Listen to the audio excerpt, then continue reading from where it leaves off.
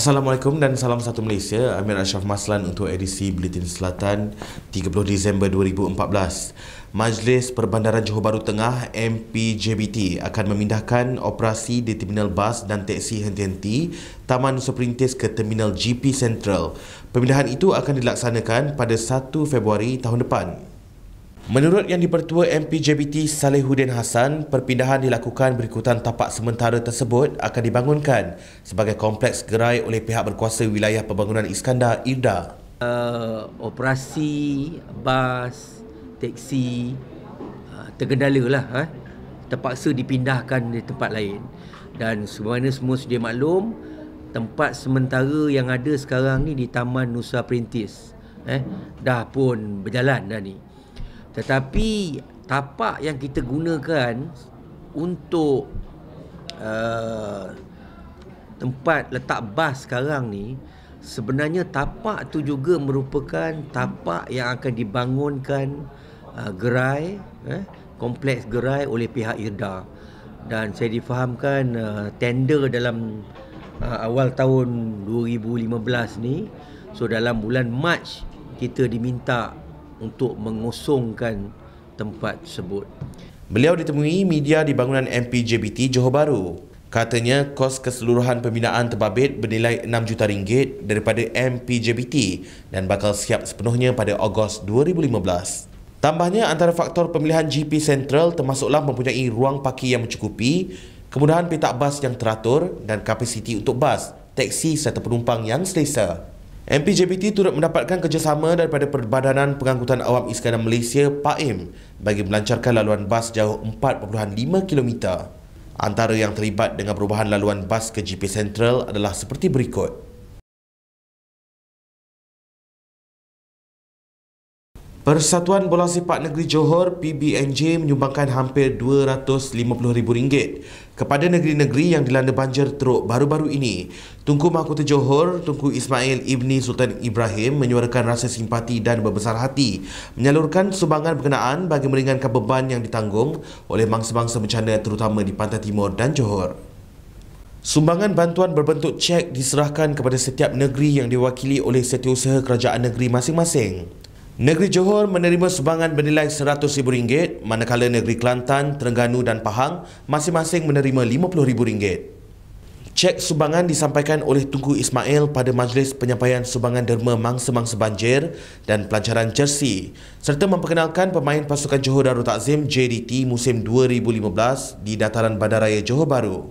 Pada majlis tersebut juga disediakan sebuah khemah khas Pray for Malaysian Flood Victim bagi mengumpul dana dan barangan untuk disalurkan kepada mangsa banjir di Pantai Timur dan juga Johor.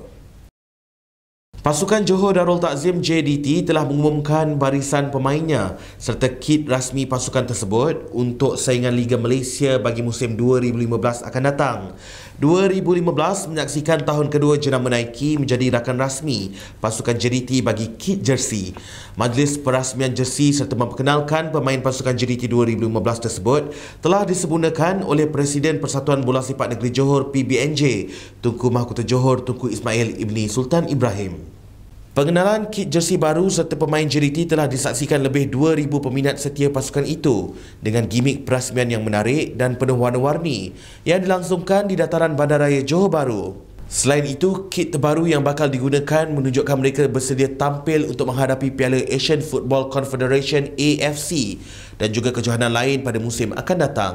Manakala pemain baru pasukan JDT, Gary Steven Roberts secara rasmi telah menandatangani dan bersetuju menyertai pasukan Harimau Selatan pada musim hadapan.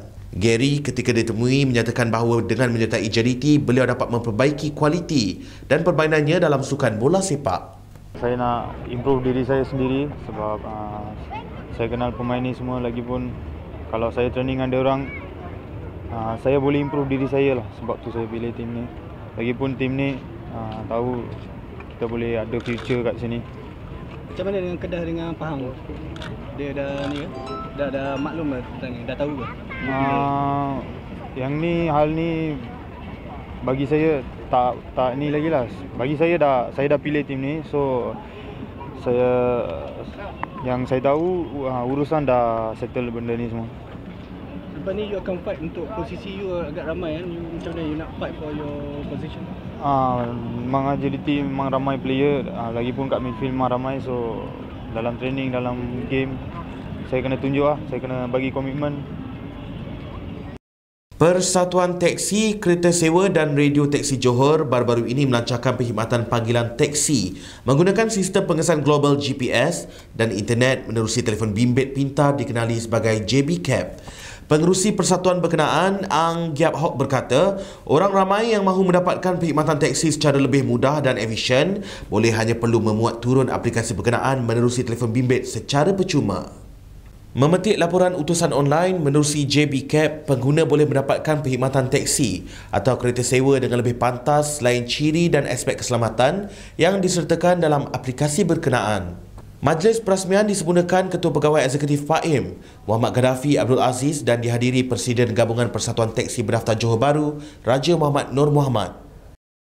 Ke berita tempatan lain, Majlis Pelancaran Perdana Malaysia Year of Festivals 2015 atau MyFest 2015 yang dijadualkan berlangsung pada 10 Januari 2015 ditangguh ke satu tarikh lain.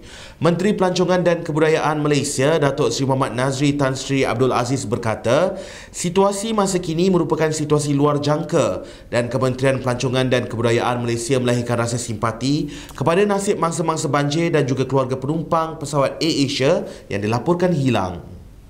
Menurut beliau, industri pelancongan negara turut terkesan daripada kedua-dua insiden tersebut, apatah lagi dengan negeri-negeri yang terbabit iaitu Kelantan, Terengganu, Pahang, Kedah, Johor dan Negeri Sembilan merupakan antara negeri yang mencatatkan ketibaan pelancong yang tinggi sepanjang tahun 2013.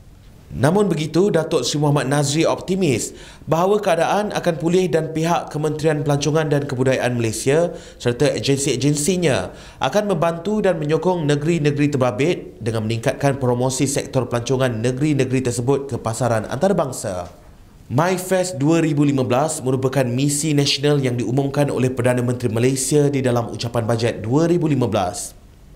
Kempen ini merupakan susulan Tahun Melawat Malaysia 2014 dan mensasarkan untuk mengekalkan Malaysia sebagai destinasi utama pilihan pelancong dari serata dunia bagi mencapai sasaran penerimaan ketibaan pelancong seramai 29.4 juta dan memperoleh pendapatan pelancongan sebanyak 89 bilion ringgit.